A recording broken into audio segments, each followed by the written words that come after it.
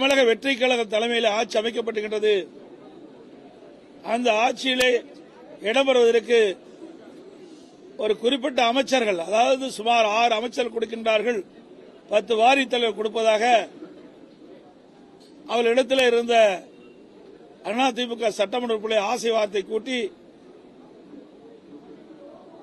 அந்த அடிப்படையிலே இன்றைக்கு சட்டமன்றத்திலே ஓட்டெடுப்பிலே அவர்கள் இந்த அரசு கொண்டு வந்த தீர்மானத்திற்கு ஆதரவு தெரிவித்திருக்கிறார்கள்.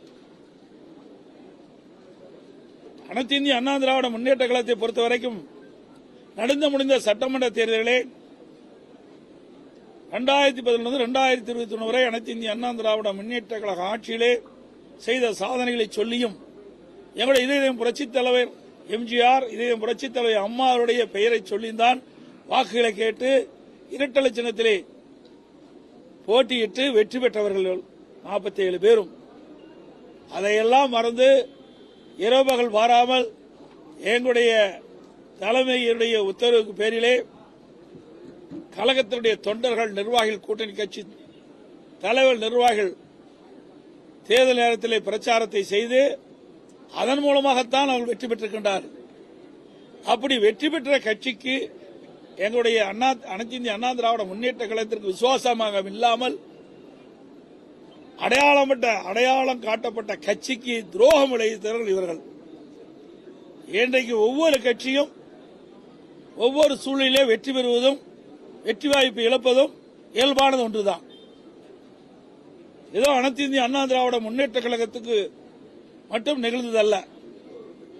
1991 திராவிட முன்னேற்ற கழகம் அல்ல, 1996 அதிமுக அல்ல, 2001 இன்றைக்கு அதிமுக ஆட்சி, 2006 திமுக ஆட்சி, இப்படி மாறி மாறி ஆட்சி வரும். இன்றைய தினம் இன்னைக்கு தமிழக வெற்றி கழகம் வெற்றி பெற்று ஆட்சி அமைச்சிருக்குது. இந்த சூழ்நிலையில கூட அதிமுக 47 இடங்கள் வெற்றி பெற்று சொன்னால் இது மிகப்பெரிய வெற்றி.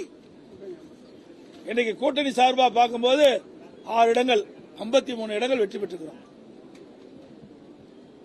இந்த சூழ்நிலையில வேண்டுமென்றே திட்டமிட்டு சில முன்னாள் அமைச்சர்கள் சட்டமன்ற உறுப்பினராகி அவருடைய ஆசைக்கு, அமைச்சர் ஆக வேண்டும் ஆசைக்கு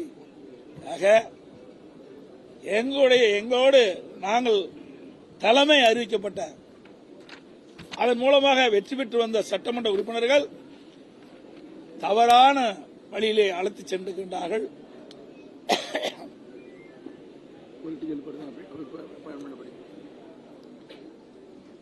இது உண்மையாலுமே சட்டத்துக்கு புறமானது, நீதிக்கு புறமானது. இன்றைய முதலமைச்சர் அவர்கள் தூய்மையான ஆட்சி நடத்த வேண்டும் என்று சொல்கிறார். தூய்மையான ஆட்சி நடத்த வேண்டும் என்று சொன்னால் எல்லா இடத்திலும் தூய்மையாக இருக்க வேண்டும். ஒரு கட்சியில் கருத்து வேறுபாடு நடக்குது, அந்த கருத்து வேறுபாடுகளை மையமாக வைத்து ஒரு சாரார் வீட்டுக்கு சென்று வருவது எந்த விதத்தில் நியாயம்? இதா தூய்மையானது? ஆக எங்க இயக்கத்திற்கு இப்படி வந்திருக்குது, எல்லா இயக்கத்திற்கும் சோதனை வரும். இது தவறான முன்னுதாரணம். இதுவரை தமிழக வரலாற்றிலே இல்லாத ஒன்று. இன்றைக்கு எத்தனையோ கட்சிகள் ஆட்சி இருந்திருக்குது, எத்தனையோ கட்சிகள் கருத்து வேறுபாடு பிரிஞ்சிருக்குது. ஆனா எந்த தலைவருமே இருந்த இயக்கத்துக்கு வீட்டுக்கு சென்றது கிடையாது. ஆனால் ஆரம்ப காலகட்டத்திலே தவறான பாதையிலே என்னிடம் தமிழக வெற்றி கழக தலைவர் சென்று கொண்டிருப்பது உண்மையிலேயே வருத்தம் அளிக்கின்றது என்பதை இந்த நேரத்தில் பதிவு செய்ய விரும்புகிறேன். அது மட்டுமல்ல, இன்றைக்கு சட்ட நீதியாக பார்க்கின்ற பொழுது இன்றைக்கு ஒரு பொதுச் செயலாளர், இன்றைக்கு சட்டமன்ற உறுப்பினராக தேர்ந்தெடுக்கப்பட்ட சட்டமன்ற கட்சி தலைவர், அவர்தான் விப்ப கொறடாவை நியமிக்க முடியும். அப்படி நியமிக்கப்பட்ட கொறடா தான் எங்கள் அனைத்து இந்திய அண்ணா திராவிட முன்னேற்ற கழக சட்டமன்ற உறுப்பினர்களுக்கு இன்றைக்கு நம்பிக்கை ஒரு தீர்மானம் வருகின்ற பொழுது அதை எதிர்த்து வாக்களிக்க வேண்டும் என்று முழுமையான தகவல் கொடுக்கப்பட்ட பிறகும் அவர்கள் எதிர்த்து வாக்களிக்க என்று சொன்னால் அங்கே குதிரை பேரம் நடைபெற்றுக் கொண்டுதான் பலர் தகவல் பரவுகிறது, பேசப்பட்டு வருகிறது. உண்மையிலேயே தூய்மையான ஆட்சி நடத்துவோம் என்று சொல்லிவிட்டு இதற்கெல்லாம் இடமளிக்கின்றார்கள் என்று பார்க்கின்ற பொழுது மக்கள் தான் இதற்கு நல்ல முடிவை கட்ட வேண்டும் என்று இந்த நேரத்தில் தெரிவிக்க விரும்புகின்றேன்.